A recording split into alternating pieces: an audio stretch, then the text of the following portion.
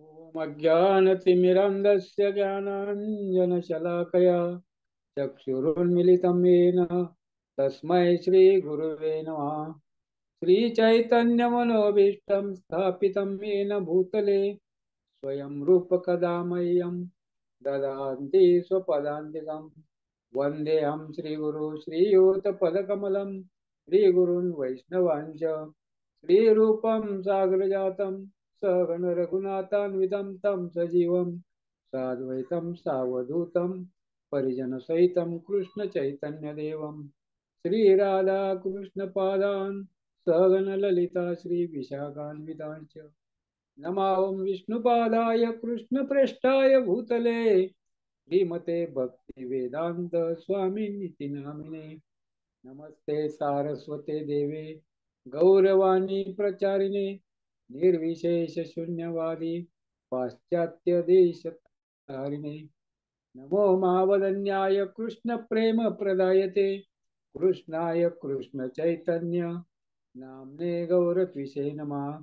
हे कृष्ण करुणा सिंधो दीनबंधो जगतपते गोपेश गोपिका कांत राधा कांत नमोस्तुते। तप्त कांचन गौरांगी राधे वृंदावनेश्वरी वृषभानुसुते देवी प्रणमामि हरिप्रिये। नीलांजल निवासाय नित्याय परमात्मने बलभद्र सुभद्राभ्या जगन्नाथाय ते नमः। वाञ्छा कल्पतरुभ्यश्च कृपा सिन्धुभ्येव च पतितानां पावनेभ्यो वैष्णवेभ्यो नमो नमः। जय श्री कृष्ण चैतन्य प्रभु नित्यानंद श्री अद्वैत गदाधर श्रीवासादि गौर भक्तवृंद। हरे कृष्ण कृष्ण कृष्ण हरे हरे हरे राम राम राम हरे हरे।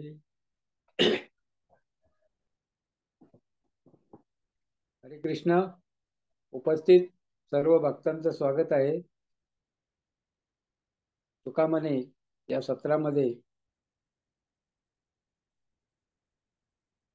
माऊली महावैष्णव जगद्गुरु तुकाराम महाराज यांचा अभंग आपण पाहणार आहोत। कालच सीतानवमी झालेली आहे। सीतानवमी प्रभू रामचंद्राची शक्ती अर्धांगिनी जानकी माता सीतानवमी काल साजरी झालेली आहे आणि 2 दिवसानंतर उद्या एकादशी आहे आणि 2 दिवसानंतर नरसिंह जयंती आहे।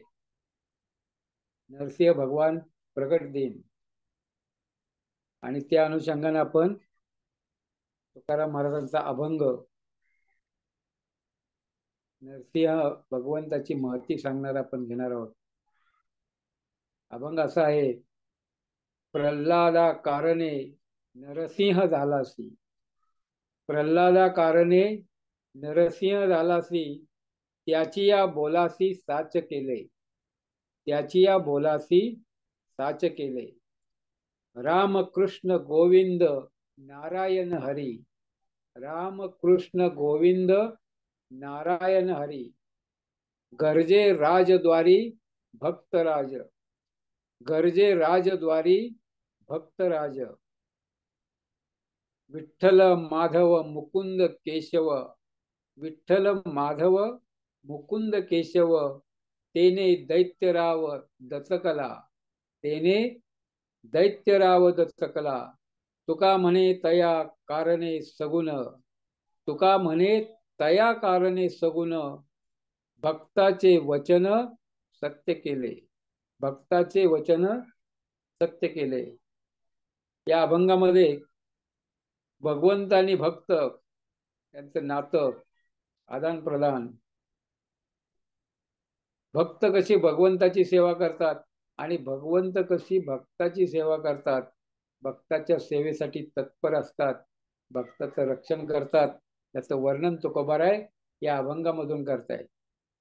तर सर्व भक्तांना विनंती आहे की आपण सर्वजण आशीर्वाद द्या भगवंतांना प्रार्थना करा तुकोबारायच्या अभंगावर आणि प्रल्हाद महाराज आणि नरसिंहदेव यांच्या आदान प्रदान याच्यावर मी काही बोलू शकेन.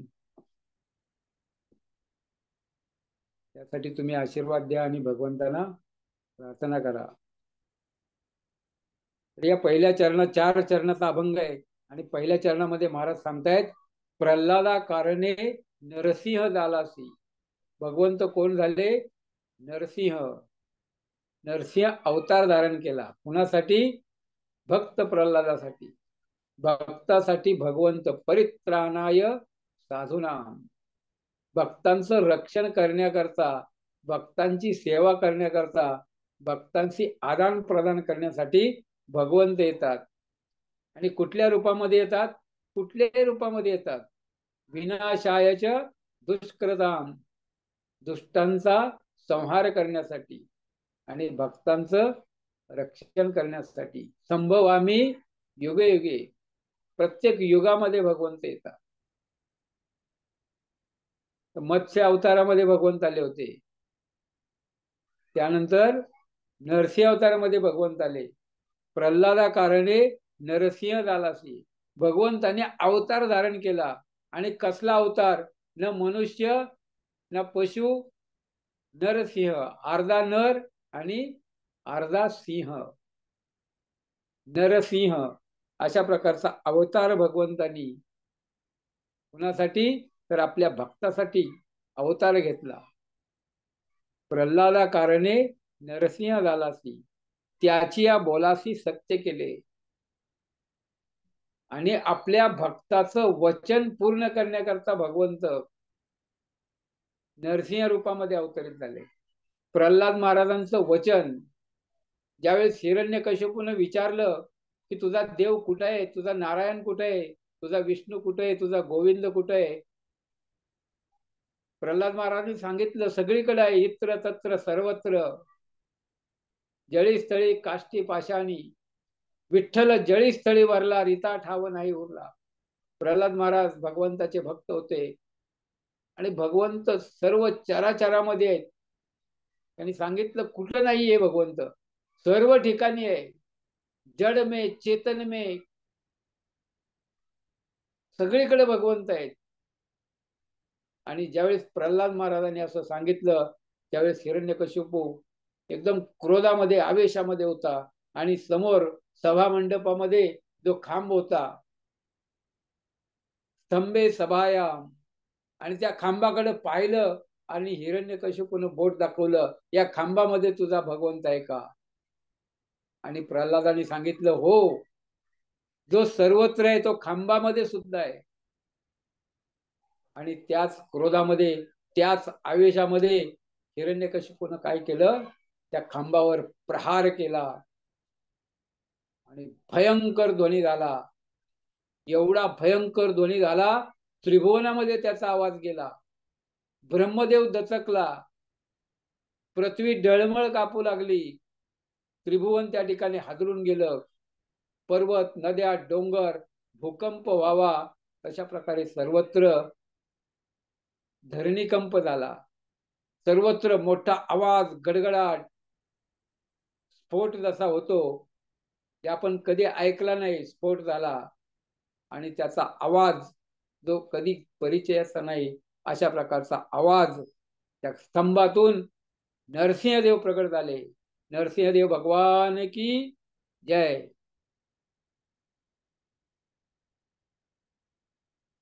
आणि ते भगवंत का प्रकट झाले? भक्तासाठी, भक्त रक्षणासाठी, भक्ताच्या काजासाठी, भक्तांचं काम करण्यासाठी भगवंत प्रकट झाले. आणि भक्त कोण होते? प्रल्हाद महाराज.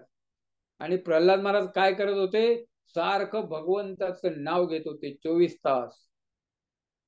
गरजे राजद्वारी भक्तराज. भक्तराज काय करत होते? राजद्वारामध्ये, राजमहालामध्ये, राजवाड्यामध्ये राहत होते. राजपुत्र होते. हिरण्यकश्यपूचे पुत्र होते. हिरण्यकश्यपू कोण होता? राजा होता, भयंकर राजा, असुर, राक्षस होता.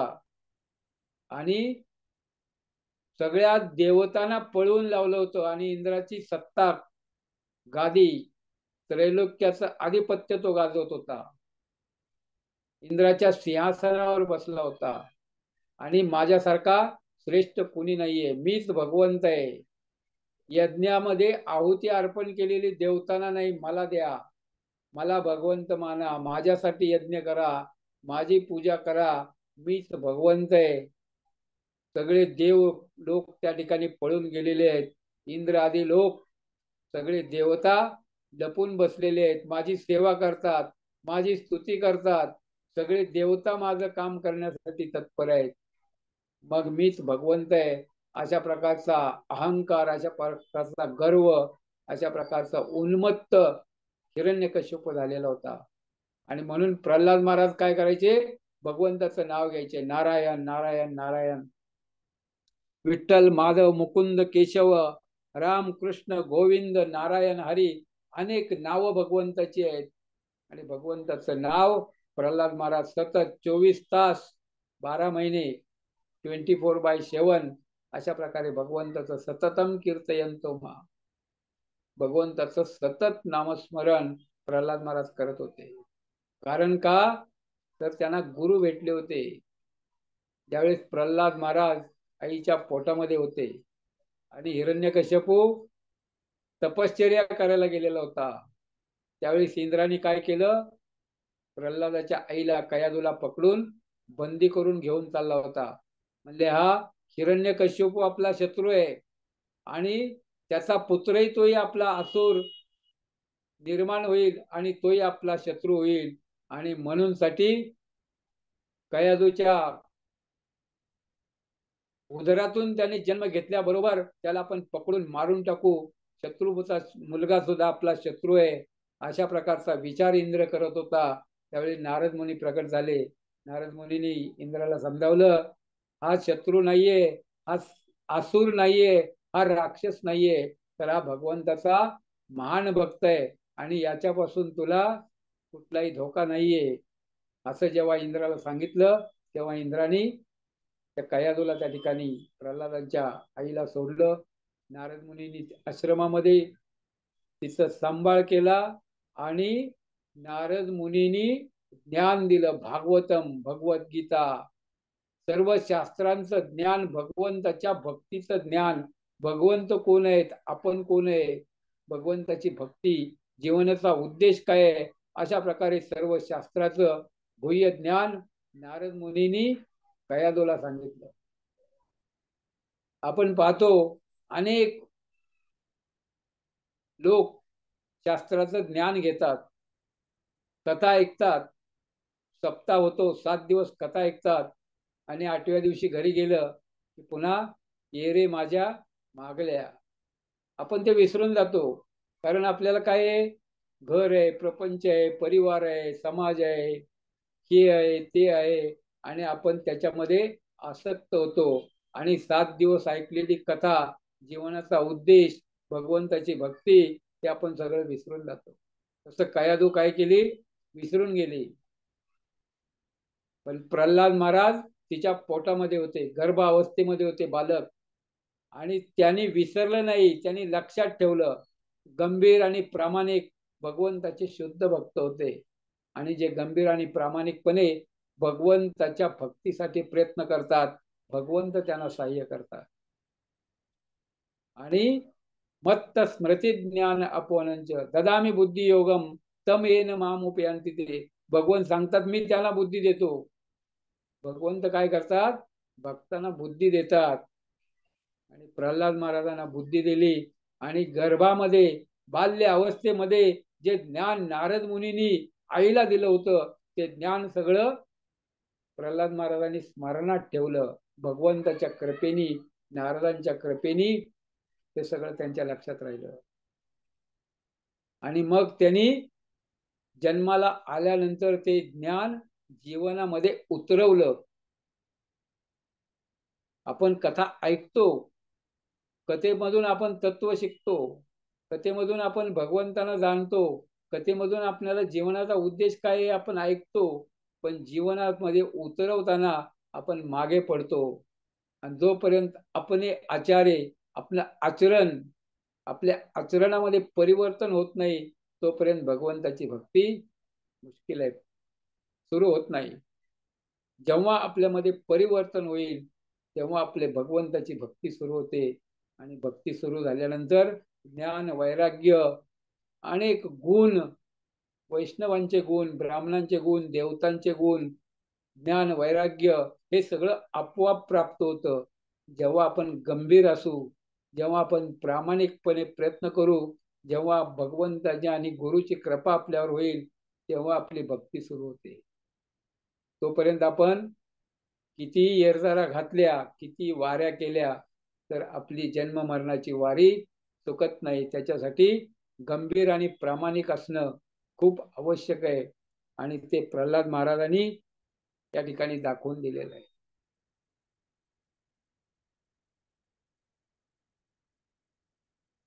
गरजे राजद्वारी भक्तराज. आणि प्रल्हाद महाराज काय गर्जना करायचे, कशाची? भगवंताच्या नामाची.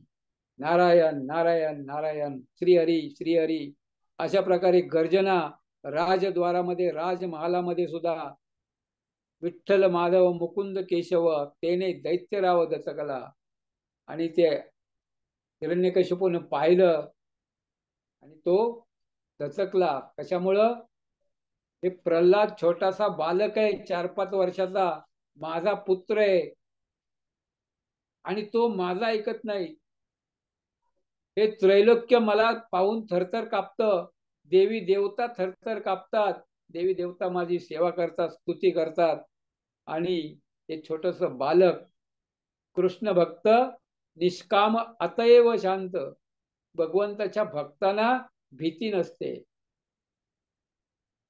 भीती कुणाला आहे? जे अभक्त आहेत, जे संसारामध्ये गुरफटलेले आहेत. जे भगवंताच्या भक्तीमध्ये राहिले, लागले, त्यांना भीती राहत नाही. आणि अशा प्रकारे निर्भय प्रल्हाद महाराज, 5 वर्षाचं बालक, पण ते असुराला घाबरत नव्हतं. अनेक प्रयत्न केले प्रल्हादांना घाबरवण्याचे, मारण्याचे, पण ते घाबरत नव्हते. भगवंताचा भक्त हा निर्भय असतो. भगवंतांनी त्यांना अभय दिलेला असतो. आणि म्हणून साठी भिण्याची आवश्यकता नाही. आणि ते पाहून दचकला दैत्यराव. हा हिरण्यकशिपू दचकला, त्याला भीती वाटू लागली. ज्यावेळेस बघा, 2 समोरासमोर शत्रू असतात, एक दुसऱ्याला भीती घालवतो आणि दुसरा भीत असतो. जर समोरचा भीत नसेल आपल्याला, तर मग आपल्या मनामध्ये येतं, अरे हा आपल्यापेक्षा बलवान आहे, आपल्यापेक्षा याच्याकडे काहीतरी शक्ती जास्त आहे. आणि म्हणून समोरचा भीत नसेल तर मग आपल्याला भ्यावं लागतं. आणि अशा प्रकारची अवस्था हिरण्यकशिपूची झाली. त्याला त्रैलोक्य घाबरत होतं. तो एक छोट्या बालकाचं नामावर, भगवंतावर असलेली दृढ श्रद्धा, भगवंताचं सतत नामस्मरण, ते पाहून तो हिरण्यकशिपू दचकला. त्याला भीती वाटू लागली. तुका म्हणे तया कारणे सगुण, भक्ताचे वचन सत्य केले. तुकाराम महाराज म्हणतात, तया कारणे सगुण. भगवंत कसे झाले? सगुण. सगुण साकार रूप त्या ठिकाणी भगवंतांनी घेतलं. नरसिंह भगवान की जय. नरसिंह रूपामध्ये भगवंत प्रकट झाले. मायावादी, निर्विशेषवादी काय म्हणतात? भगवंतांना रूप नाहीये, भगवंत निर्गुण आहेत, निराकार आहेत, अव्यक्त आहेत. पण तेच भगवंत भक्तासाठी सगुण साकार रूपामध्ये अवतरित होतात. तेच भगवंत अनेक रूपामध्ये, अनेक रूप धारण करतात, अनेक लीला करतात. आणि भक्तांच्या रक्षणासाठी तुकाराम महाराज म्हणतात, तया कारणे सगुण, भक्ताचे वचन सत्य केले. भगवंत सगुण झाले, सगुण साकार रूपामध्ये अवतरित झाले. आणि भक्ताचं वचन, काय वचन होतं? भगवंत सर्वत्र आहेत, इत्र तत्र सर्वत्र, जळी स्थळी काष्टी पाशानी, जड चेतन, सगळ्यामध्ये भगवंत आहेत. खांबामध्ये भगवंत आहेत. जेव्हा प्रल्हादांनी सांगितलं आणि ते वचन पूर्ण करण्यासाठी भगवंत त्या ठिकाणी अवतरित झाले.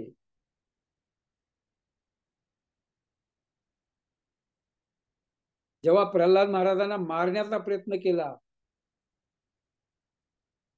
त्यांना कडेलोट केला, डोंगरावरून खाली दरीमध्ये टाकलं, काही झालं नाही. हात मोडला नाही, पाय मोडला नाही, खरोच आली नाही. भगवंत रक्षण करीत होते. भगवंताचं नाम प्रल्हाद महाराज सतत घेत होते आणि हरिनाम प्रभू त्यांचं रक्षण करीत होते. त्यांना अग्नीमध्ये जी होलिका होती, अग्नीमध्ये होलिका बसली आणि प्रल्हादाला घेऊन बसली. होलिकेला वरदान होतं की अग्नीपासून तिला काही होणार नाही. ते वरदान तिचं, ती पण गेली आणि तिचं वरदान पण संपलं त्या अग्नीमध्ये. पण प्रल्हाद महाराजांचा एक केस सुद्धा जळाला नाही. त्यांना विष दिलं, जसं मीराबाईंना विष दिलं होतं. भगवंत काय करतात, विषाला अमृत करतात. शिवजी भगवंताचे महान भक्त. विषाचा सागर समुद्र मंथनातून भयंकर विष निघालं, शिवजी कंठामध्ये धारण करतात. पण शिवजींना काही होत नाही. एवढं सामर्थ्य भगवंत देतात आपल्या भक्तांना. भगवंताचे महान भक्त आहेत. प्रल्हादाला विष दिलं, त्याचाही असर झाला नाही. अग्नीमध्ये टाकलं, पाण्यामध्ये टाकलं, हत्तीच्या पायामध्ये दिलं, उन्मत्त मदोन्मत्त हत्तीच्या पायाच्या खाली, सर्पाच्या त्याच्यामध्ये टाकलं. अनेक प्रयत्न केले, गळा दाबण्याचा प्रयत्न केला, तलवार सुद्धा चालत नव्हती. भगवंताचे भक्त आहेत. नैनम छिंदंती शस्त्रानी नैनम दहती पावक. भगवंतांनी सांगितलं आत्म्याचा नाश होत नाही, आत्म्याला मारता येत नाही, जाळता येत नाही, काटता येत नाही.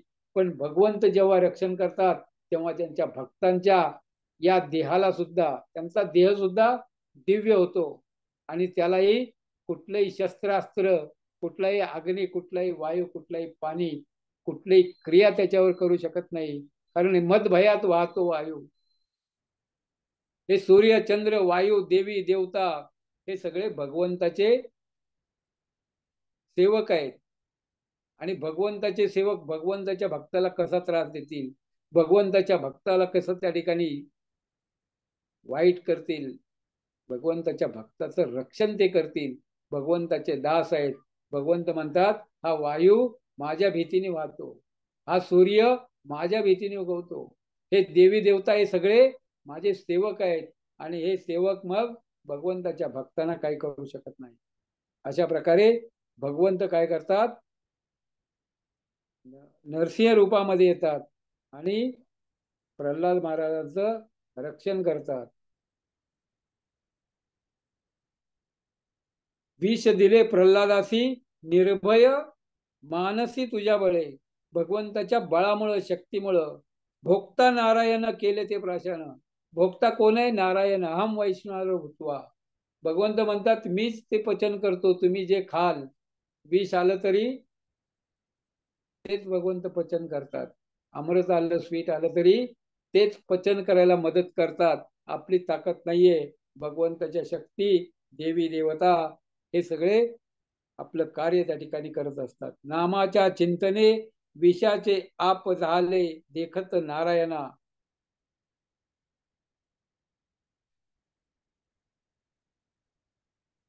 भगवंताचे गुण किती आहेत, तर शिनला फणीवर वर्णविना. हे भगवंताचं गुणगान आहे. अग्निकुंडामध्ये घातला प्रल्हाद तरी तो गोविंद विसरेना. अग्निकुंडामध्ये होलिका घेऊन बसली, पण प्रल्हाद महाराज सारखं भगवंताचं स्मरण करत होते, अजिबात त्यांना विसरत नव्हते. आणि काय म्हणतात, पित्यासी म्हणे व्यापक श्रीहरी नांदतो मुरारी सर्वाठाई. श्रीहरी भगवंत सर्व व्यापी आहेत. ब्रह्म परमात्मा आणि भगवान सर्व ठिकाणी आहे. नांदतो मुरारी सर्वाठाई. अग्निरूपे माझा सखा नारायण प्रल्हाद गरजून हाक मारी. प्रल्हाद काय म्हणतात, हा अग्नी नाहीये, हा अग्नीच्या रूपामध्ये भगवंतच आहे, हत्तीच्या रूपामध्ये भगवंतच आहेत.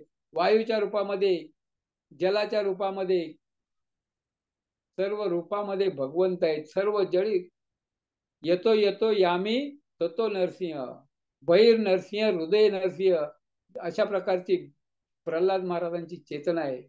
जे जे दिसे भूत ते ते मानी जे भगवंत. प्रत्येकामध्ये भगवंत आहे, प्रत्येकामध्ये आत्मा आहे, प्रत्येकामध्ये भगवंत परमात्म्याच्या रूपाने उपस्थित आहेत. आणि म्हणून प्रल्हाद महाराज जे प्रतिकूल परिस्थितीमध्ये जे सैनिक मारत होते, किंवा जे प्रतिकूल परिस्थिती किंवा जे अग्नी येत होता, ते सुद्धा माझे भगवंतानीच पाठवलेलं आहे, ते सुद्धा भगवंताचं रूप आहे. अशा प्रकारची चेतना प्रल्हाद महाराजची होती. आणि मग प्रल्हाद महाराज काय करायचे? अग्निरूपे माझा सखा नारायण, प्रल्हाद गर्जुने हाक मारी. हा भगवंत अग्निरूपामध्ये, हा माझा भगवंतच आहे, हा माझा सखा आहे, आणि हा मला त्या ठिकाणी भेटण्यासाठी आलेला आहे. म्हणून जोर जोरात भगवंताचं नामस्मरण, भगवंताच्या नामाचा उच्चार प्रल्हाद महाराज करत होते. तुका म्हणे अग्नी झाला शीतळ, प्रताप सबळ विठो तुझा. हे भगवंता, हे विठ्ठला, हा तुमचा प्रताप आहे. एवढा भडकलेला अग्नी तो सुद्धा प्रल्हादासाठी शीतळ झाला, आपला स्वभाव सोडला. अग्नीचा स्वभाव काय? ज्याला भेटेल त्याला जाळून राख करणे. पण अग्नीनं आपला गुण सोडला, आपला स्वभाव सोडला. तर अग्नी भक्तासाठी स्वभाव सोडू शकतो, तर आपण भक्त होण्यासाठी आपला स्वभाव का सोडू नये? आपल्या हृदयामध्ये आसक्ती आहे, वासना आहे, विषय आहे, अनेक प्रकारे आपलं हृदय कलुषित झालेलं आहे. आणि अशा प्रकारचे जे आपल्या हृदयामधले दूषित अशा प्रकारचे इच्छा, वासना, त्यांना काढून का फेकू नये? आपल्या स्वभावामध्ये का बदल करू नये? जर अग्नी स्वभावामध्ये बदल करू शकतो, तर मनुष्य का करू शकत नाही? अशा प्रकारे तुकाराम महाराज त्या ठिकाणी सांगतात. कोपोनिया पिता बोले प्रल्हादासी, सांग ऋषिकेशी कोट आहे. येरू म्हणे काष्टी पाशानी सकळी, आहे वनमाळी जेते तेते. जिथं जिथं आपण खांबामध्ये सगळीकडे भगवंत आहेत, जिथं जिथं पाहाल त्या ठिकाणी भगवंत आहे. त्यावेळेस प्रल्हाद महाराज बालक होते, लहान. त्यावेळेस काय केलं? प्रल्हाद महाराजांकडे सगळं ज्ञान आहे, भगवंताचं ज्ञान आहे, भगवत विज्ञान त्यांच्याकडे आहे. त्यांना शाळेमध्ये गुरुकुलामध्ये जायची आवश्यकता नाहीये. पण परंपरेनुसार त्या हिरण्यकशिपूने काय केलं? प्रल्हाद महाराजाला गुरुकुलमध्ये घातलं. ते गुरुकुल कोण होते? कुलगुरू होते शुक्राचार्य, आणि त्यांचे प्राध्यापक टीचर होते शंड अमर्क, शुक्राचार्याचे पुत्र होते दोन. आणि ते त्यांना शिकवायचे राजनीती. राजनीतीमध्ये काय शिकवलं जातं? द्वेष. हा तुझा, हा माझा, ही तुझी पार्टी, ही माझी पार्टी, हे आहे राजनीती. त्याच्यामध्ये द्वैत आहे, तुझं आणि माझं आहे. आणि अर्थशास्त्र, पैसे धन कसं मिळवायचं आणि त्याचा उपभोग कसा घ्यायचा, अशा प्रकारचे भोगी जीवन, इंद्रिय तृप्ती कशी करायची. आणि तुझं माझं, हा तुझा पक्ष, हा माझा पक्ष, अशा प्रकारचं शिक्षण त्या चंड अमर्क हे दोन टीचर होते, आणि त्या गुरुकुलमध्ये त्यांना देऊ लागले. काही दिवसांनी सुट्टीमध्ये प्रल्हाद महाराज घरी आले, आणि घरी आल्यानंतर विचारलं हिरण्यकशिपूनी, बाळा प्रल्हादा, शाळेत काय काय शिकला? आणि सगळ्यात तुला असं जास्त स्पेशल, उत्तम काय वाटलं, काय आवडलं, काय शिकला तू? तर त्यावेळेस प्रल्हाद महाराज उत्तर देतात, जात्यंदू मन्ने असुखर्य देहिना, सदा समुद्विग्न धियाम सद्ग्रहात, हित्वात्मपातम ग्रहम अंधकूपम, वजम गतो यद्द प्रियाश्रयेत. तर हे पिताश्री, मनुष्य जन्मामध्ये ज्याचं वय 50च्या वर झालेलं आहे त्यानं काय करावं? हे ग्रह अंधकूप आहे, अंधारी विहीर आहे, त्याच्यामध्ये पाणी नाही, त्याच्यामध्ये दुःखच दुःख आहे. अशा अंधकूपामध्ये सापडलेल्या ग्रहस्थ लोकांनी वनामध्ये जावं. कुठल्या वनामध्ये? वृंदावनामध्ये जावं आणि भगवंताची धावा करावा, भगवंताची सेवा करावी. अशा प्रकारचं सगळ्यात मी आत्तापर्यंत ऐकलेलं उत्तम ज्ञान आहे. आणि ते मला कुणी शिकवलं? गुरुनी शिकवलं. पण कुठले गुरु? नारद मुनी. ते गुरुचं नाव विचारलेलं नाहीये. आणि ज्यावेळेस ते ऐकलं, हिरण्यकशिपूला राग आला, चंड अमरकाला बोलवलं, अरे तुम्ही याला काय शिकवलं? त्याला राजनीती शिकवा, त्याला राक्षस गुरुकुलामधले नियम शिकवा, राक्षसांनी काय कार्य करायचं, यज्ञ कसे उद्ध्वस्त करायचे, ऋषीमुनींचा छळ करायचा, गो हत्या करायची, भगवंताची सेवा जिथं चालली आहे ते उद्ध्वस्त करून टाकायचं. अशा प्रकारचं शिक्षण याला तुम्ही द्यायचं सोडून तुम्ही याला कुठलं शिक्षण देता? हिरण्यकशिपूने काय केलं? आपले सैनिक नेमले, त्याच्यावर लक्ष ठेवा, याला हे ज्ञान कुठून मिळतो, दुसऱ्या पार्टीचे लोक कोणी येऊन याला भेटतात का, आणि मग हे ज्ञान त्याला देतात का? अशा प्रकारे लक्ष गुप्त हेर थोडक्यामध्ये हिरण्यकशिपूने पाठवले आणि पुन्हा शाळेत पाठवलं. पुन्हा काही काळांतरानं शाळेतून आल्यानंतर पुन्हा विचारलं, सगळ्यात उत्तम शिक्षण काय मिळालं तुला? सगळ्यात श्रेष्ठ काय आहे? प्रल्हाद महाराज सांगतात, श्रवणम कीर्तनम विष्णू स्मरणम पादसेवनम अर्चनम वंदनम दास्यम सख्यम आत्मनिवेदनम. ही 9 प्रकारची भक्ती आहे. आणि ही 9 प्रकारची शुद्ध भक्तिमय सेवा जो समर्पित भावनेनं करतो तोच सर्वांमध्ये श्रेष्ठ आहे, तोच सर्वांमध्ये विद्वान आहे आणि त्याचंच ज्ञान परिपूर्ण आहे. जो भगवंताची 9 प्रकारे एनेकेने प्रकारे भगवंताची सेवा करतो, भगवंतांना समर्पित होतो. अशा प्रकारच्या 9दा भक्ती जो करतो तो सर्वात श्रेष्ठ आहे, हे मी शिकलेलं आहे. आणि पुन्हा मग त्याला भयंकर राग आला. पुन्हा विचारलं, हे तू कुठून ऐकलं? म्हणजे आता याला काय केलं पाहिजे, काय उपाय करावा? याला मारून टाकलं तर हा मरत नाहीये, अग्नी याला जाळत नाहीये, पाणी याला बुडवीत नाहीये, हत्ती याला मारत नाहीये, तलवार याच्यावर चालत नाही, काय करावं? आणि शुक्राचार्य कुठं बाहेर गावी गेले होते. मग त्यांनी ठरवलं की शुक्राचार्य येईपर्यंत त्याला बांधून डांबून ठेवा. त्याला एका खोलीमध्ये डांबून ठेवलं. अशा प्रकारे एक पिता भगवंताचा भक्त झाल्यानंतर जे आपले आपण जेव्हा भक्तीमध्ये येतो तेव्हा जे आपले मित्र आहेत, आप्त आहेत, ते हळूहळू दूर जातात. कारण त्यांना भगवंताची भक्ती, भगवंताचे भक्त आवडत नाहीत, ते हळूहळू दूर जातात. आणि ज्यांना भक्तीची आवड आहे ते नवीन मित्र होतात, जे भक्त आहेत, जे भगवंताची सेवा करतात, ज्यांना सत्संगाची आवड आहे, असे नवीन मित्र जोडले जातात. इथे हिरण्यकशिपूचा पुत्र आहे, स्वतःचा मुलगा आहे, 5 वर्षाचा बालक आहे, पण तो आपल्या पिताचं ऐकत नाहीये. कारण त्यांचं तत्व चुकीचं आहे. मी भगवान. तो भगवंताला मानत नाही, तो स्वतःला भगवंत मानतो. अशा हिरण्यकशिपू बरोबर म्हणून साठी प्रल्हाद महाराज त्याचं ऐकत नाही आणि म्हणून त्यांना कोंडून ठेवलं. काही दिवसांनी त्यांना सोडलं, पुन्हा शाळेमध्ये पाठवलं. पुन्हा शाळेमध्ये अर्थशास्त्र, राजनीतीशास्त्र, पॉलिटिक्स ते शिकवण्याचा प्रयत्न झाला.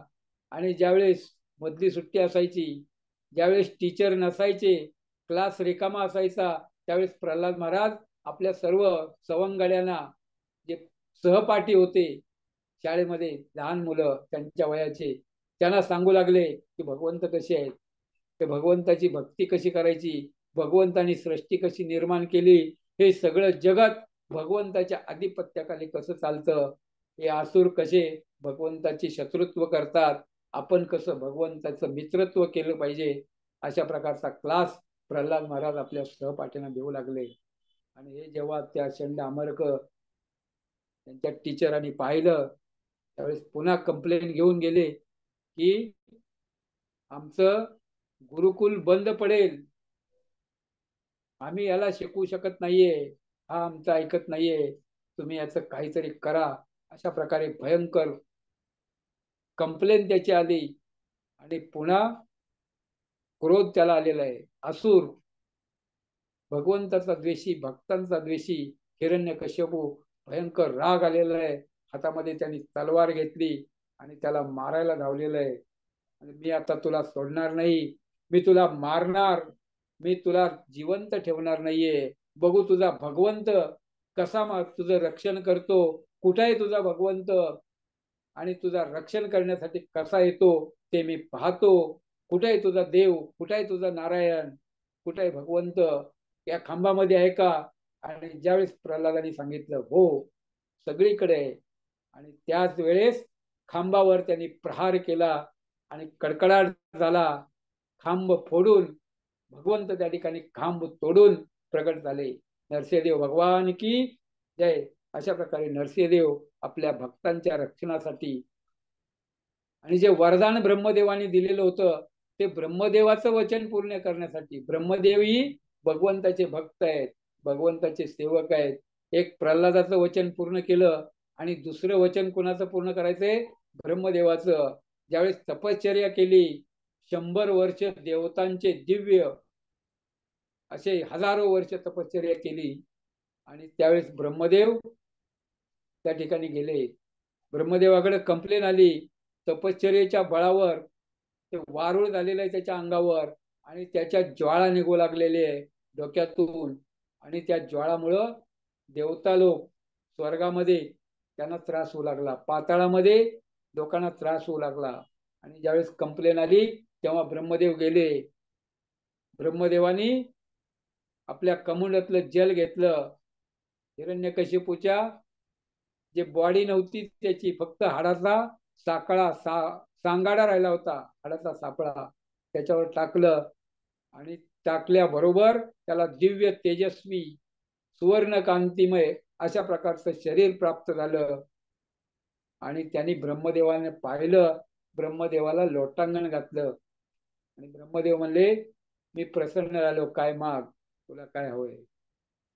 आणि त्यावेळेस सांगितलं मला अमरत्व, मी कधी कुणाच्या हातून मरणार नाही असा वरदान मला द्या.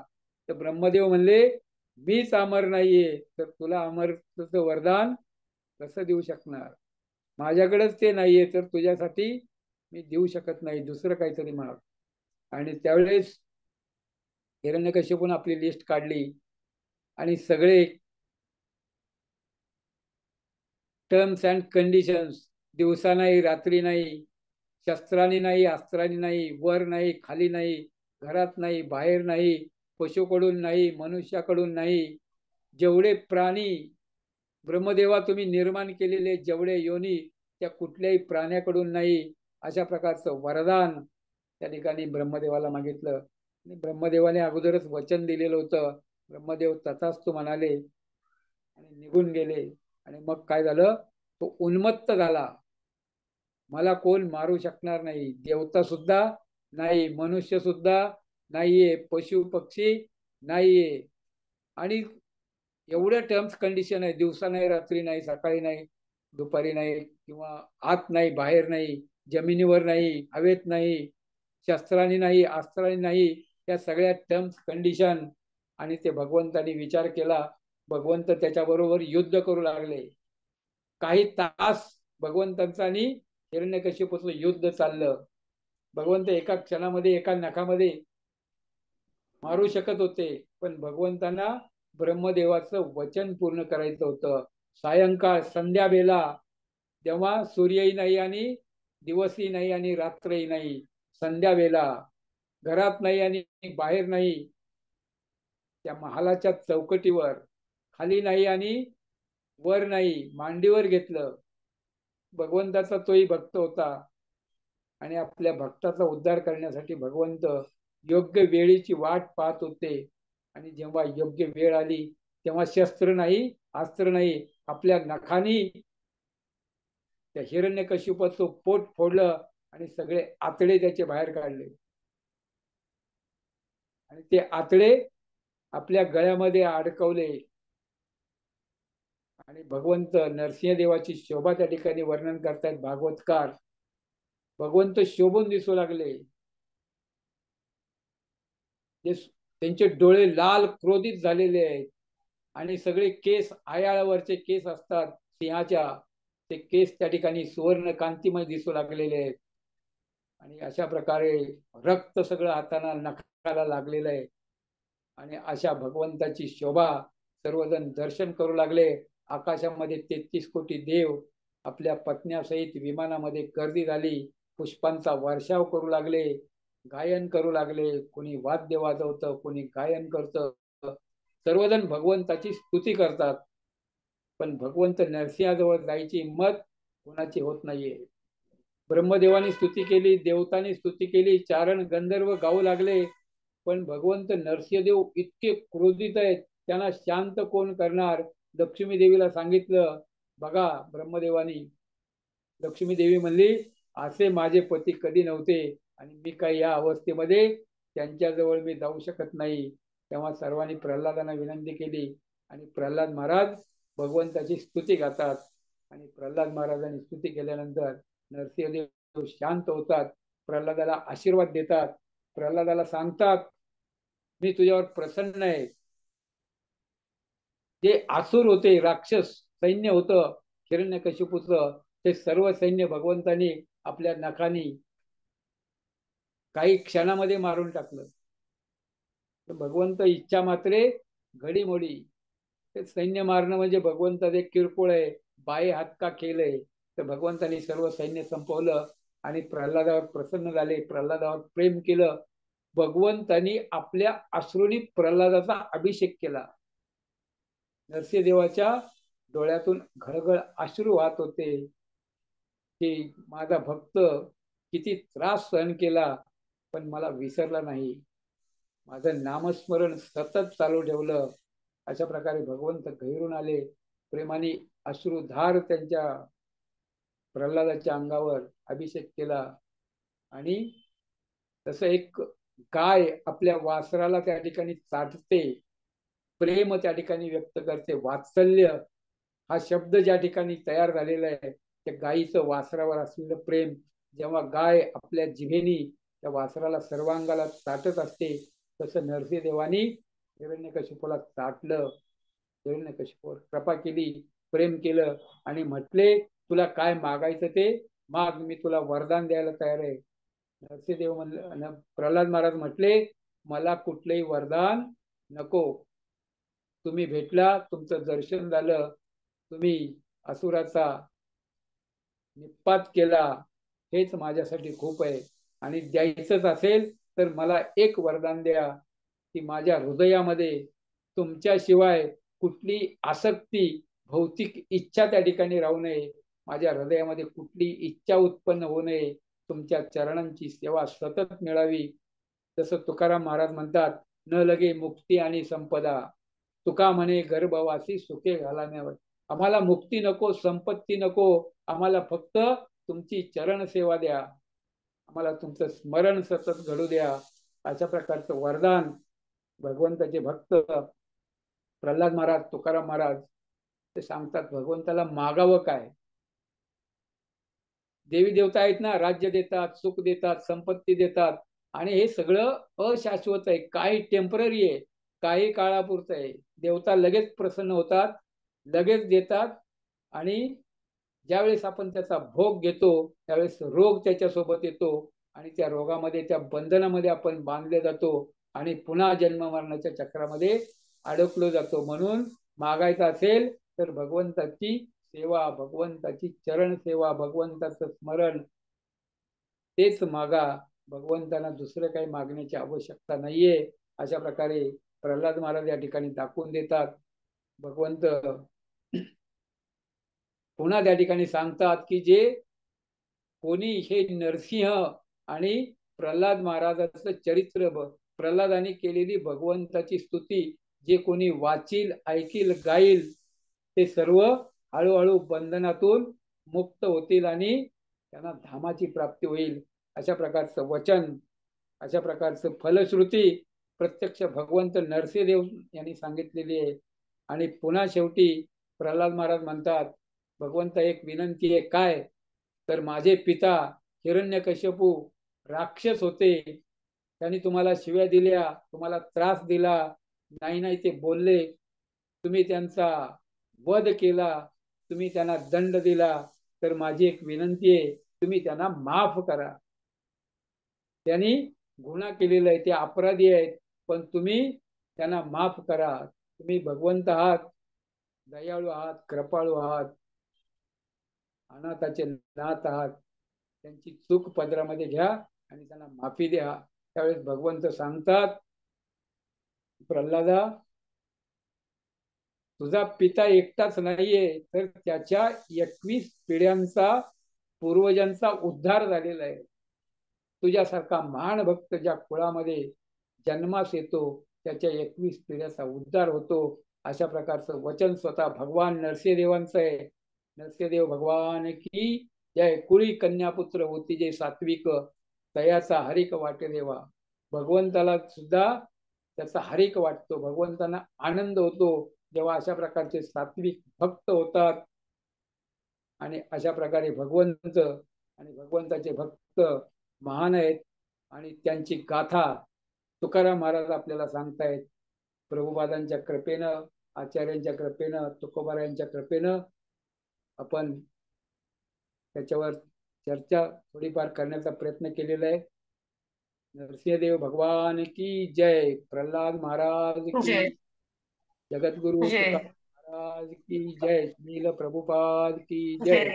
हरे कृष्ण कृष्ण कृष्ण हरे हरे, हरे राम राम राम हरे हरे. हरे कृष्ण.